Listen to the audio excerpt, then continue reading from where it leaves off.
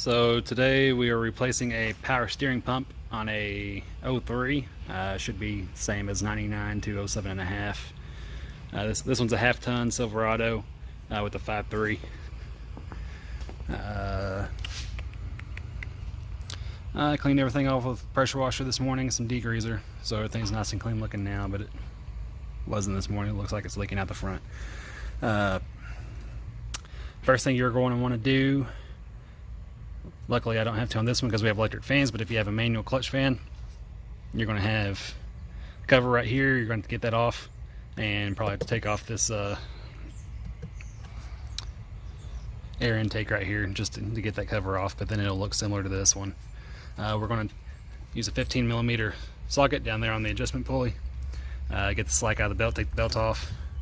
Last time I did one of these, I left this bracket on that has the idler pulley, alternator, and power steering pump connected to it, and kind of slid the power steering pump out the bottom after taking the pulley off. I think this time I'm going to see if it's easier and quicker to take off the entire bracket assembly with the alternator on it and the power steering pump attached, and then maybe get the pulley off on a table on a bench and see if that's easier or not. Okay, so we got had to take off the cover on top of the motor so I could get to this plug for the alternator. So unhook that plug, unhook this charging wire right here, on both of these bolts to get this bracket loose. Now I'm going to take off the high pressure and low pressure line for the pump itself, and then we're going to try and unhook that bracket.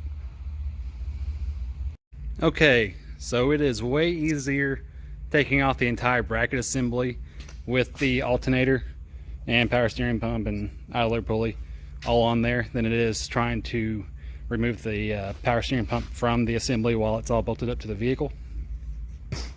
You have 3 mounting bolts right here, 15mm socket, one down here, 15mm socket.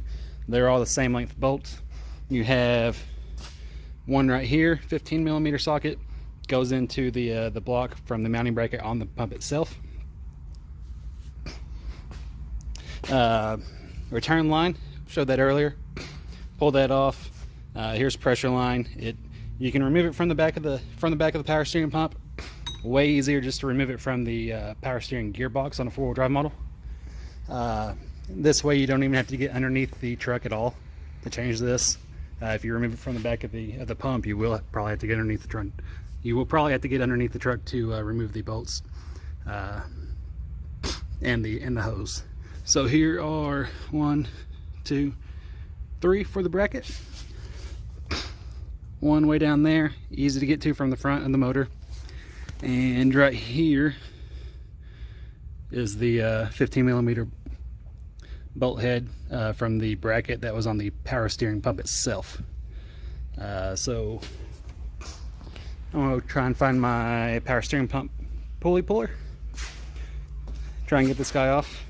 Looks like somebody has tried to get it off before, and looks like we might have a problem out of it. But so the pulley came off fairly easy. It was a little rusty. Here's the tool so you can see it. There's the clamshells, they stick on there. This guy slides down, holds the clamshell portions open. This was already broke off before we started, so luckily we didn't have any issues. We're going to see how much a new pulley costs. We might put a new pulley on it, so there won't be any issues in the future, but that wasn't an issue this time, so it shouldn't be in the future. What we're going to do now is unbolt the power steering pump from the bracket. I believe we're going to have to unbolt the mounting brackets as well off the pump and the hose, of course, and then put the new one on, slide it back in the truck. Alright, we got the old pump off, the new pump bolted up to the bracket. You can see we had to take it off because you had to have the pulley off to get the bolts out. So right now we're going to press the old pulley onto the new pump, and looking down here in, well, you can't really see it down in there, but this the shaft on the pulley is threaded down in there, so we are going to stick our little pulley installer tool in it. We're going to screw this all the way down.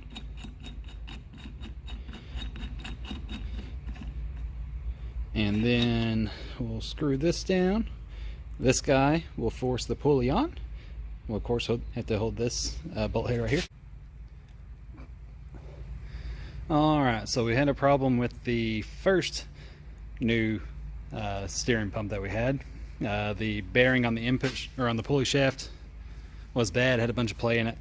So we got another new one now, got it installed on the bracket. Everything looks fine on it. I just got the pulley installed on it, on the shaft. Whenever the flange is flush with the pulley there, that's when it's all the way on. I did have a little issue, probably because there's a nick out of this pulley with this probably catching on that and turning the pulley as well. So it took a little while to get the pulley all the way down on the shaft. What I ended up doing was putting a washer on it, putting grease on each side, so it would help it spin a little bit better, and that seemed to help a whole lot, made it go quite a bit quicker. So now we're going to put a new O-ring on this line, get this pressure line out of the old pump, put new O-rings on it, slap them in the new pump, and then put the old bracket into the truck.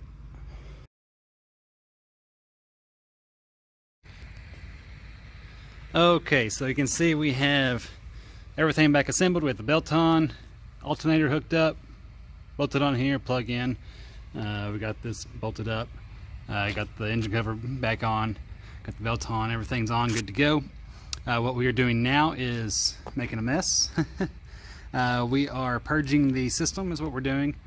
So keeping the reservoir full of new fluid. We have, it's kind of dark. Let me grab a flashlight.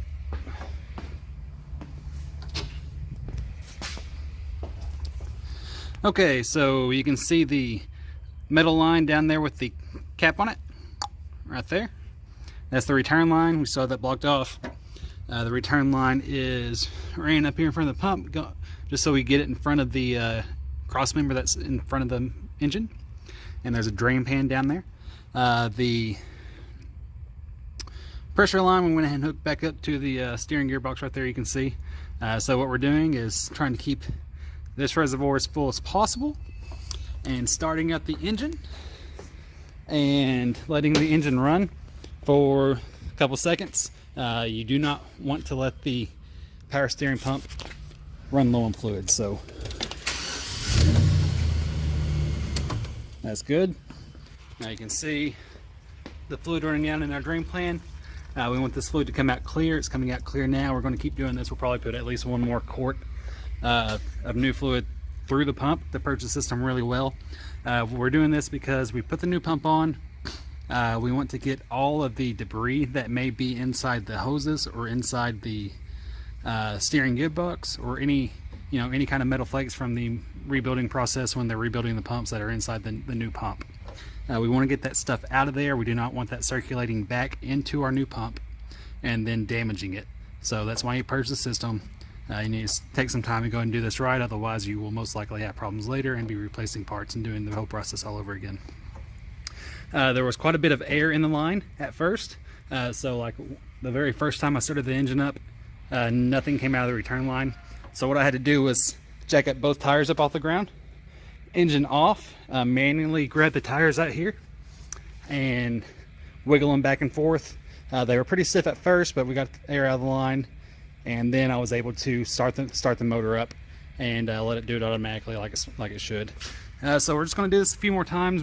Like I said, I've already ran about 1 quart through it, and we're just now getting to clear fluid.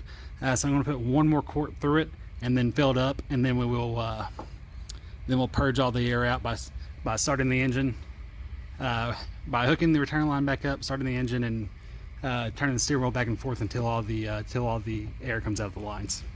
And then that'll be it. It'll be good to go.